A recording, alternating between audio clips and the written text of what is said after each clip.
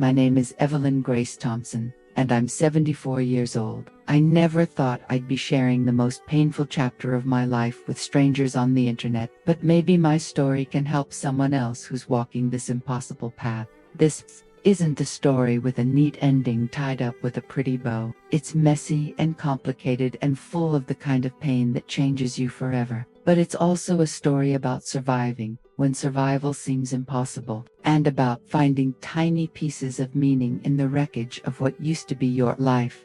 I need to warn you right from the start, this story gets dark. There are no miracle recoveries, no last-minute saves, no Hollywood endings. If you're looking for inspiration or hope, you might want to click away now. But if you're in the thick of your own nightmare with addiction, if you're watching someone you love disappear piece by piece, then maybe you need to hear that someone else has walked this path and is still breathing on the other side.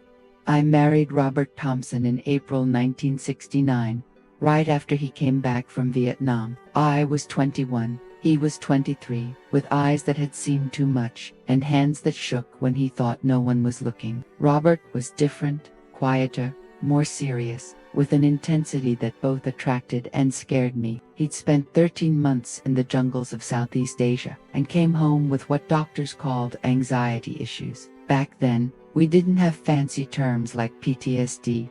Men who came back from war were just expected to shake it off and get on with their lives. We had a small ceremony at St. Mary's Catholic Church. Looking back at the photographs now, we both look so young and hopeful, like children playing dress-up and pretending to be adults. Those early years weren't easy. Robert found work at the Caterpillar plant, and we bought a small house on the east side of town. But when Robert came home from work, the real Robert would emerge. He'd sit on the back steps with a beer, staring off into the distance like he was seeing things the rest of us couldn't. Our daughter Margaret was born on a snowy February morning in 1972.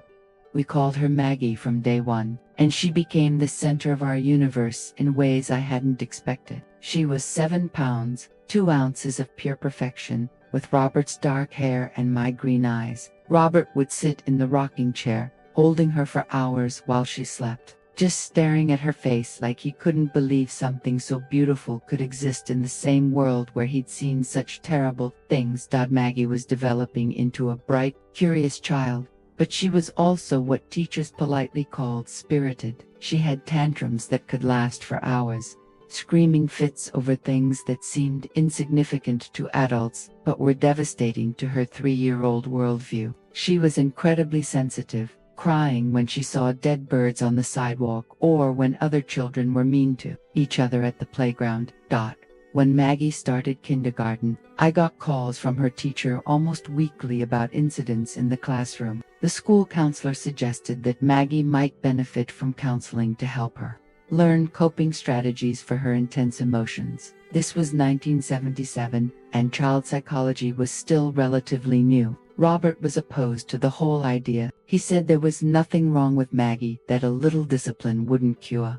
I started taking Maggie to see Dr. Peterson, a child psychologist, once a week after school. The sessions seemed to help a little. Dr. Peterson helped me understand that some children are just wired differently, more sensitive to the world around them than others. But the weekly trips, the copay, and the stress of dealing with Maggie's school problems added another layer of tension to our marriage. By the time Maggie was 8, she started asking direct questions about why Daddy was always angry and why Mommy cried in the bathroom. Kids see everything, even when we think we're protecting them. How do you explain to an 8-year-old that Daddy has invisible wounds from a war that ended before she was born? I started having a glass of wine with dinner, then 2 glasses, then sometimes a 3rd one, after the dishes were done. Nothing like Robert's problem, I told myself, but alcohol had become my way of taking the edge off the constant stress that had become my daily life. Maggie started junior high school in 1983, and it was like watching a flower close up in response to harsh weather. The sweet, sensitive child started building walls around herself. Her grades, which had always been excellent despite her behavioral issues, started slipping. At home, Maggie became moody and secretive, spending hours in her room with the door locked.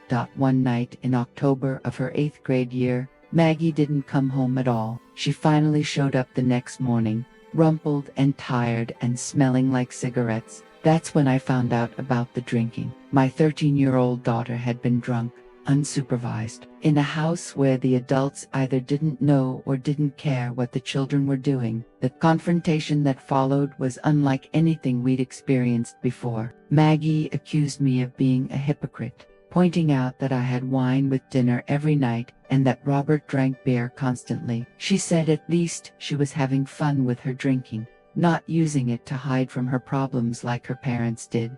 I started going to Al-Anon meetings, a support group for families of alcoholics. It was my first real education about addiction as a disease, rather than a moral failing. Through Al-Anon, I learned about concepts like detachment with love, setting boundaries, and taking care of my own mental health instead of focusing all my energy on trying to fix other people's problems. High school was supposed to be a fresh start for Maggie. Instead, it became 4 years of crisis management. She was 15 when she came home drunk for the first time that I actually witnessed. It was a Friday night, and she stumbled through the front door at 1:30 in the morning, reeking of cheap beer and cigarettes. She looked at me with these defiant, glassy eyes and said, "What are you going to do, Mom?" Ground me. At least I'm not drinking alone in my bedroom like some people I know. When Maggie turned 18, she moved in with her boyfriend Danny, a 25-year-old mechanic with a criminal record for drug possession. The apartment they shared was in one of the rougher parts of town. I visited once and was shocked by the condition. Dirty dishes everywhere, empty beer bottles covering every surface, cigarette burns in the carpet. That's when I first suspected that alcohol wasn't her only problem anymore. The signs were subtle at first, but as months passed, it became clear that Maggie had moved on to harder substances, drugs that were stealing her personality and physical health in ways that alcohol alone never could.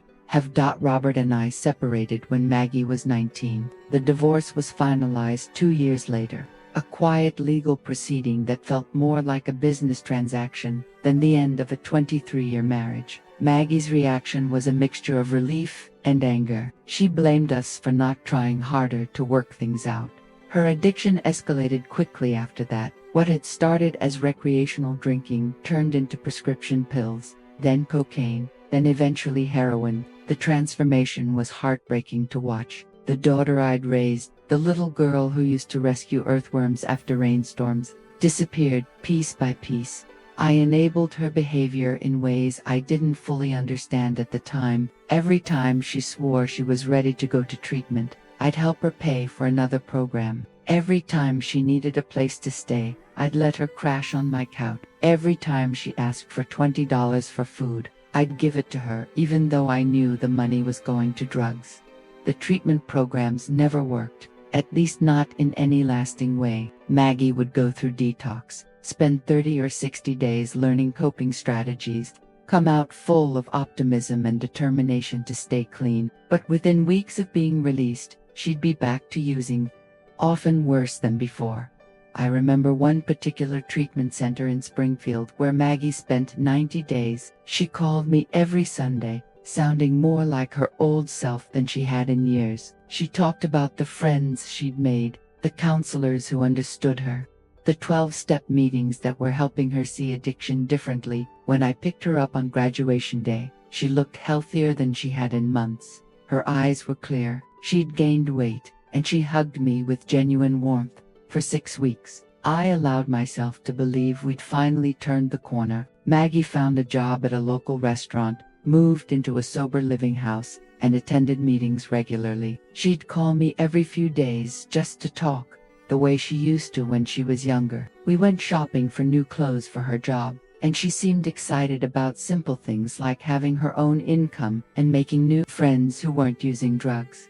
But addiction is patient and cunning. A stressful shift at work led to just one drink to calm her nerves. A fight with her roommate at the sober house justified just one pill to help her sleep. Within 2 weeks, she was back to daily use, and within a month, she'd lost her job, been kicked out of sober living, and was calling me from payphones asking for money. the relapses became a pattern I learned to recognize and dread. First would come the phone calls, tentative and apologetic, testing to see if I was still willing to help. Then the promises, elaborate plans for how this time would be different, how she'd learned from her mistakes. Then the requests for money or help, all reasonable sounding needs that seemed like genuine steps toward rebuilding her life. But within days or weeks, the old behaviors would resurface. Each cycle became harder to endure. The hope was almost worse than the despair because it required me to invest emotionally in outcomes I'd learned not to trust. But what was the alternative? How do you stop hoping that your child might survive when hope is all you have left? By the time Maggie was in her mid-20s, I'd stopped believing that recovery was possible for her, not because I'd stopped loving her, but because I'd learned that love alone isn't enough to overcome addiction, and that hope can become a form of self-torture if you hold onto it too tightly. She was 29 years old and living with a dealer named Marcus when the accident happened. I hadn't seen her in person for almost 3 months. The accident happened on March 15, 2001. Maggie was high on heroin when she ran a red light, slamming into a minivan carrying the Chen family home from dinner. Patricia Chen was a 34-year-old nurse, and her 8-year-old son Kevin was in the back seat. The impact was devastating. Patricia's car was hit on the driver's side, spinning it around and sending it crashing into a telephone pole. Patricia survived, but barely, spending 6 weeks in a coma while doctors worked to repair internal injuries that should have killed her. Kevin, who'd been asleep in his car seat in the back, suffered a traumatic brain injury that left him with permanent cognitive disabilities that would affect the rest of his life. Maggie died at the scene, killed instantly when her stolen car crumpled around her. When I think about that night, I can't help but imagine what those final moments must have been like. Was Maggie aware enough to see the red light? Did she have even a split second to realize what was about to happen? Did she think about me, or Robert, or the little girl she used to be? These are the questions that haunt me in the middle of sleepless nights. Questions I'll never have answers to. The police told me later that she probably felt no pain, that the impact was so severe she would have died instantly. I suppose that was meant to be a comfort, but it felt hollow. Pain might have meant awareness, and awareness might have meant regret, and regret might have meant that some part of my real daughter was still in there until the very end. The stolen car made everything worse somehow. It meant that even in her final act, addiction had made her into someone who took things that didn't belong to her. Someone who made choices that put innocent people at risk. The Maggie I'd raised would never have stolen a car, would never have driven while intoxicated, would never have hurt a child, but that Maggie had been gone for years, replaced by someone driven by needs I couldn't understand or satisfy.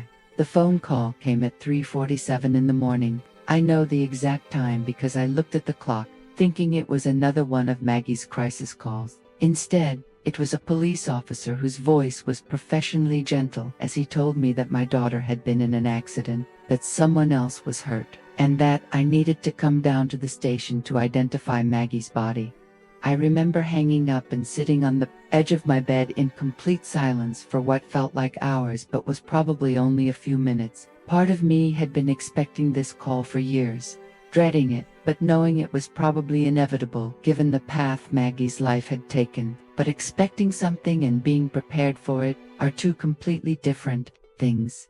Identifying her body was the hardest thing I'd ever had to do. She looked so small and broken lying on that metal table. Nothing like the vibrant little girl who'd once filled our house with laughter. Her face was peaceful, though unmarked by the impact that had killed her. For just a moment, she looked like the child she'd been before addiction took her away from us. The guilt nearly killed me in the days and weeks that followed. Not just the normal grief of losing a child, but this crushing sense of responsibility for what she'd done to the Chen family. I'd failed as a mother twice, once in raising a daughter who became an addict, and again in not somehow preventing her from hurting innocent people. I didn't go to Maggie's funeral. I know that sounds terrible, but I couldn't face it. I couldn't bear standing over her grave knowing what she'd done. Instead, I had her cremated and kept her ashes in a simple wooden urn. The that I placed on the kitchen table next to the window where morning light would hit it. For 2 years after Maggie's death, I barely functioned as a human being. I went to work at the insurance office where I'd been employed for 15 years. Came home to my empty house and tried not to think about anything at all. The house felt like a museum of our family's better days, full of photographs from a time when happiness had seemed possible. The silence was the hardest part. After years of crisis calls in the middle of the night, of constant worry about where she was and whether she was safe, the absence of that chaotic communication felt like death itself. No more phone calls asking for money or help. No more surprise visits from a daughter who looked more like a stranger each time I saw her. No more hope that tomorrow might be the day she finally decided to get clean for good. I developed what I now recognize as complicated grief. Simple tasks became monumental challenges. Grocery shopping was exhausting because I'd automatically reach for foods Maggie used to like, then remember she wasn't coming home for dinner. I'd find myself setting to places at the table out of habit, then staring at the empty chair until I couldn't breathe. The media coverage was brutal but brief. Local junkie kills herself in stolen car crash, injures nurse and child. The headlines reduced Maggie's entire life to her worst moment, with no mention of the little girl who'd once cared so deeply about animals and fairness. There were no sympathetic stories about addiction as a disease, or the failures of the treatment system. I wanted desperately to reach out to the Chen family, to apologize somehow, to see if there was anything I could do to help with their medical bills or Kevin's care. But my lawyer advised against it, saying anything I said could be used against Maggie's estate in civil proceedings. So I suffered in silence, carrying the weight of their pain, along with my own grief, feeling like a coward for not finding some way to acknowledge what my daughter had done. Sleep became my only escape, the only time when I didn't have to actively work at not thinking about Maggie or the Chen family. I'd take over-the-counter sleeping pills and go to bed as early as possible, sometimes at 7 in the evening, hoping to lose as many conscious hours as possible to unconsciousness. But even sleep wasn't peaceful. I'd dream about Maggie constantly, sometimes as the child she'd been, sometimes as the troubled woman she'd become. The worst dreams were the ones where I could save her, where I'd figure out exactly the right words to say that would make her choose recovery. I'd wake up feeling like I'd actually accomplished something important, only to remember that she was gone, and that all the perfect responses I'd discovered in my subconscious were useless now. Work became my only anchor to normal life, the one place where I had to interact with other people and focus on tasks that had nothing to do with addiction or loss. My colleagues knew what had happened, but they were kind enough not to bring it up unless I mentioned it first. They treated me with gentle consideration, the way you might handle someone recovering from a serious illness. But even at work, reminders of my failure as a mother would surface unexpectedly. A customer calling to add their teenage daughter to an auto insurance policy, a coworker talking about their child's graduation or engagement, office birthday parties for people's children, celebrations of milestones that Maggie would never reach, and grandchildren I would never have. The holidays were especially brutal those first few years. Christmas morning, without anyone to buy presents for BAFTA, without stockings hung by the fireplace, or special breakfast traditions that had marked our family celebrations for decades. I'd walk through stores and see mothers shopping with their grown daughters, laughing over gift choices, and feel such a stab of envy it would literally take my breath away. Robert reached out occasionally during those first 2 years, usually on significant dates like Maggie's birthday or the anniversary of her death. We'd have brief, awkward conversations about how we were doing, both of us clearly struggling but neither willing to admit just how badly we were coping. He'd moved to a smaller apartment after the divorce and seemed to be drinking, even more heavily than he had during our marriage. He'd ask if I needed anything, money, or help with house repairs or just company, and I'd always say I was fine even when I clearly wasn't. Pride, maybe, or just the knowledge that neither of us had anything useful to offer the other. We'd loved the same person and failed her in different ways. but that shared experience felt more like a source of mutual blame than comfort. The third anniversary of her death was when something shifted inside me. I was sitting in her bedroom, holding the stuffed rabbit she'd slept with until she was almost 10, when I realized that preserving her room like a shrine wasn't honoring her memory so much as keeping me trapped in grief that had no outlet or purpose. It took me 6 months to work up the courage to start going through her belongings. The process forced me to confront the reality that Maggie's life had been about more than just her addiction and death. She'd been a whole person with moments of joy, even during her worst periods. That's when I started seeing Dr. Martinez, a therapist who'd lost her own son to suicide years earlier. She helped me understand that loving someone with addiction means living in a constant state of trauma, always waiting for the next crisis. She told me that recovery from grief doesn't mean getting over the loss. It means learning to carry the weight of that loss in ways that don't prevent you from engaging with life again. She suggested that I might benefit from doing something constructive with my experience. She introduced me to victim impact panels, presentations made to people in court-ordered treatment programs by individuals who'd been affected by addiction-related crimes. Most panel members were victims, but there was also a need for family members of offenders. People who could speak to the experience of watching addiction destroy someone you love. It took me almost 2 years of therapy before I felt ready to participate in a panel. My first presentation was terrifying. I stood in front of a room full of people who were there because a judge had ordered them to attend. I told them about Maggie, about watching addiction take my daughter away piece by piece, about the night she killed herself and hurt the Chen family. But I also told them about the little girl she'd been before. Drugs changed everything. I talked about her compassion for animals, her quick sense of humor, her ability to light up a room. I wanted them to understand that people with addiction aren't monsters. They're somebody's children who got caught in something bigger than their ability to resist. I could tell that some of my words reached people in that room. The experience of speaking publicly about Maggie and addiction felt like the first useful thing I'd done with my grief since her death. It didn't bring her back or undo the harm she'd caused, but it gave her life some meaning beyond the tragedy of how it ended. I've been participating in victim impact panels for almost 15 years now. Sometimes I can tell that someone in the audience really hears what I'm saying, where a light goes on behind their eyes. Those moments are rare, but they're enough to keep me coming back, to keep sharing Maggie's story in the hope that it might prevent someone else from following the same destructive path. A woman named Sarah called me 2 years ago to tell me that my presentation had been the turning point in her recovery. She said hearing about Maggie's childhood had made her think about her own daughter and what kind of mother she wanted to be. Sarah had been clean for 18 months when she called, working as a peer counselor. It took me 3 years to work up the courage to reach out to Patricia Chen.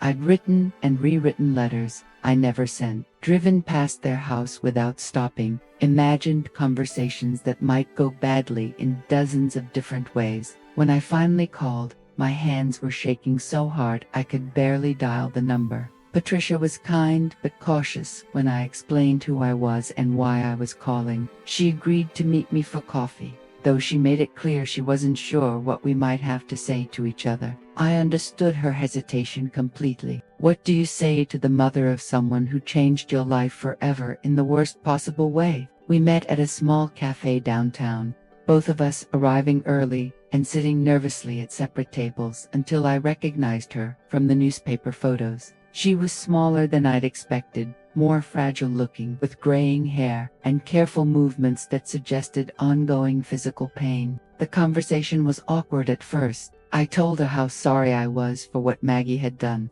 not because I expected forgiveness, but because the words needed to be said out loud. She listened without interrupting, her hands wrapped around her coffee cup like she was trying to keep them warm. She told me about Kevin's struggles in school, about the cognitive therapy and special education services he needed to function at grade level, about her own ongoing physical therapy for injuries that would probably never fully heal, about the financial stress of medical bills and lost work time, about the ways the accident had changed every aspect of their daily lives. Kevin had been a bright, active child before the accident. He'd been reading above grade level, playing Little League baseball, learning to play piano. The brain injury had stolen much of that potential. He struggled with memory, had difficulty processing information, and experienced frequent headaches that made concentration nearly impossible. Simple tasks that had once been automatic now required tremendous effort and patience. Patricia's own injuries were extensive: 3 broken ribs,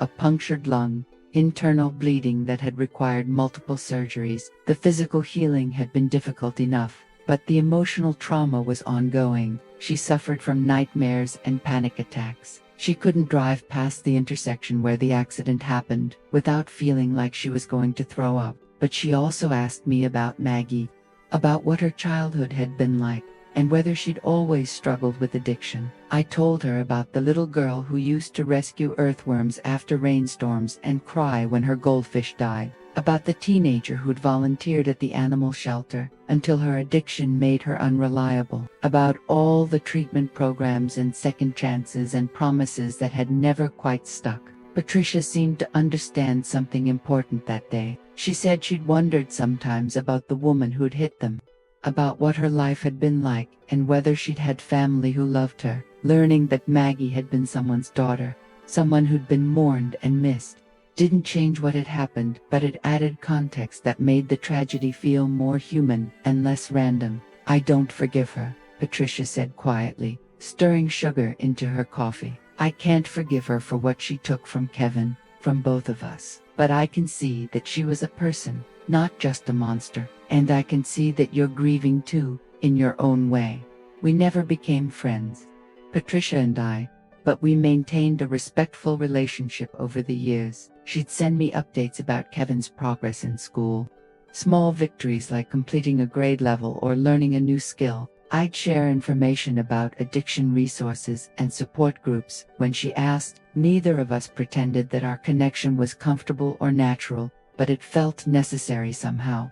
A way of honoring both our children and the ways their lives had intersected. Through our conversations, I learned that Patricia had been speaking at victim impact panels for years, sharing her story with drunk drivers and drug offenders, as a way of putting human faces on the abstract concept of consequences. She encouraged me to consider sharing my perspective as the mother of someone who'd caused harm, pointing out that offenders needed to hear from families on both sides of addiction-related crimes. It's not enough for them to understand that they might hurt strangers, she told me during one of our coffee meetings. They need to understand that their own families are suffering too.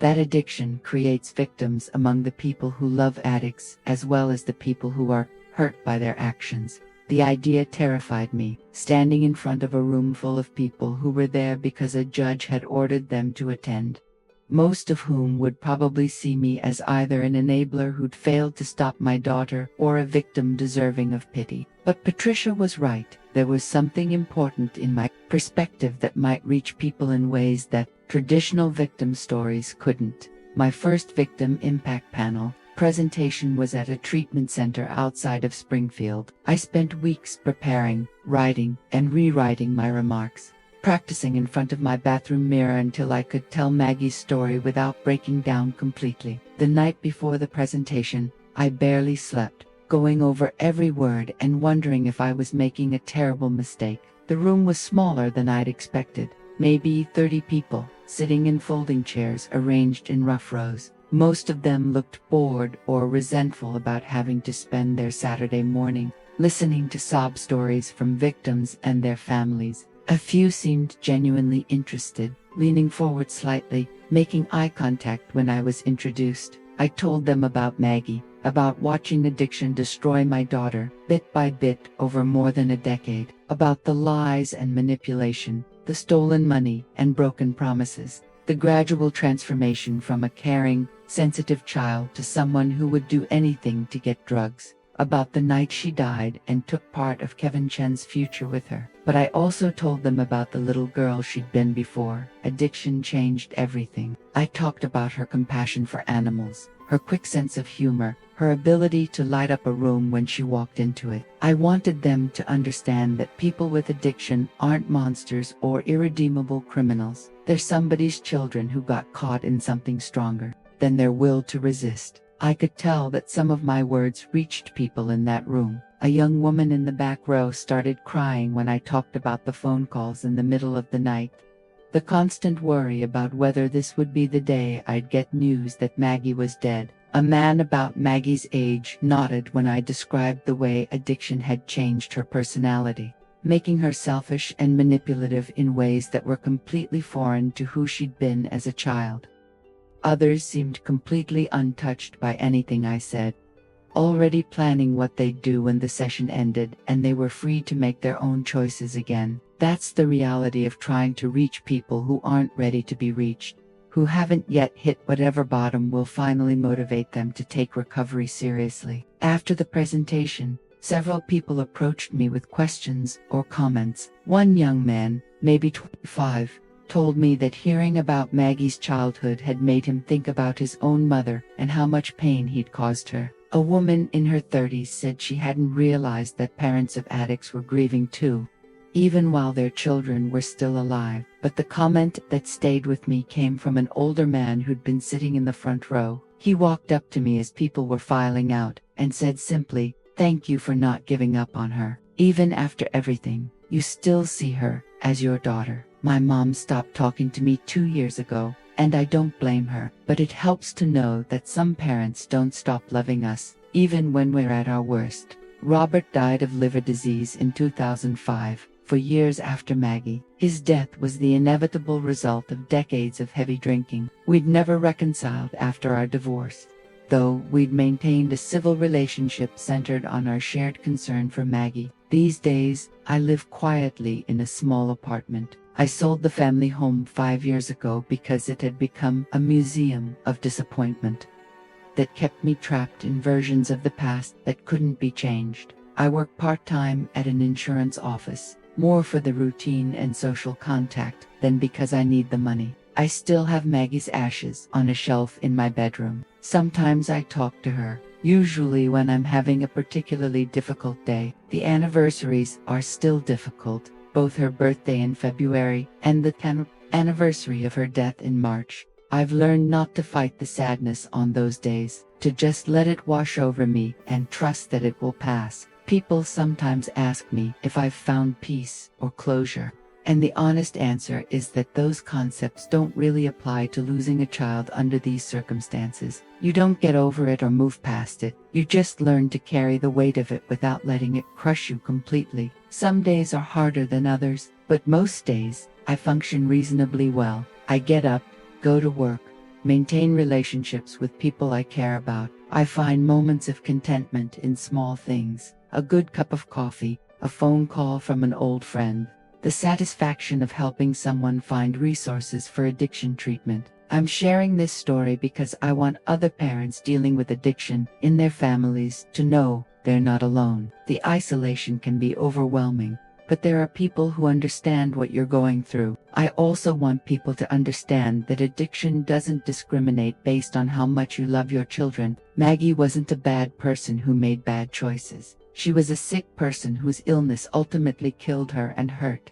other people. If you're struggling with addiction yourself, please know that your life has value beyond your worst moments. Recovery is possible, even if it takes multiple attempts. The people who seem angry or ready to give up on you are probably just exhausted from trying to help in ways that haven't worked. That doesn't mean they've stopped loving you. If you're watching this and you recognize yourself in my story, please don't give up. Find a support group, call a counselor, talk to someone who understands. The path forward isn't easy and it doesn't lead back to the life you had before addiction touched your family, but it does exist, and you don't have to walk it alone. And if you've lost someone to addiction, please know that your grief is valid and your anger is understandable. Healing doesn't mean forgetting or finding some greater purpose in your loss. Sometimes it just means learning to live with a broken heart and finding ways to honor the person you lost. Thank you for listening to my story. I know it isn't easy to hear. There's no happy ending, no moment of redemption that makes all the suffering worthwhile, but there is survival, and there is the possibility of finding purpose in the midst of senseless loss. And sometimes that has to be enough. I'm Evelyn Thompson. I'm 74 years old, and this is my truth. It's not pretty or inspiring, but it's real, and sometimes real is all we have to offer each other. Thank you for witnessing my story, and remember that survival is its own form of victory, even when it doesn't feel like winning.